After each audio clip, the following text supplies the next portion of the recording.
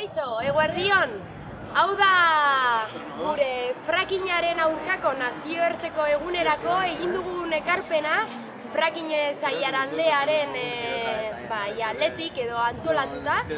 Eta, bueno, hasi gara goizean zehar egin dugu hemen gure txokoa prestatu dugu informazio toki batekin, gune batekin, eta salmenta beste gune batekin. Eta, bueno, garrantzitsuena eta deigarriena izan da, ondoan ikus dezakegun murala margotu dugula.